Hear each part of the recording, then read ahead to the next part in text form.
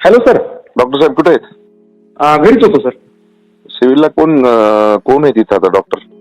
सांगा ना सर, मीच जातो 10 मिनिटात जातो. तिथं सांगून देतो. नारायण पूर्ण म्हणून एक पेशंट आहे. पायाला काहीतरी त्याच्या सापानं का काय फुकारलंय म्हणा.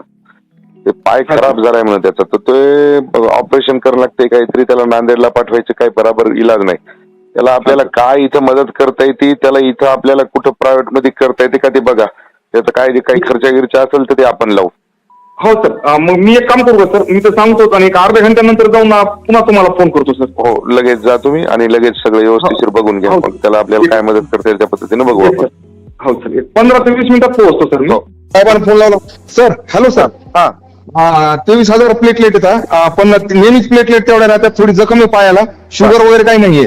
एक ब्लड चढवायला सर, आणि ती कुठे जाऊ द्यायचं काम पडणार नाही सर, इथंच करून देतो मी.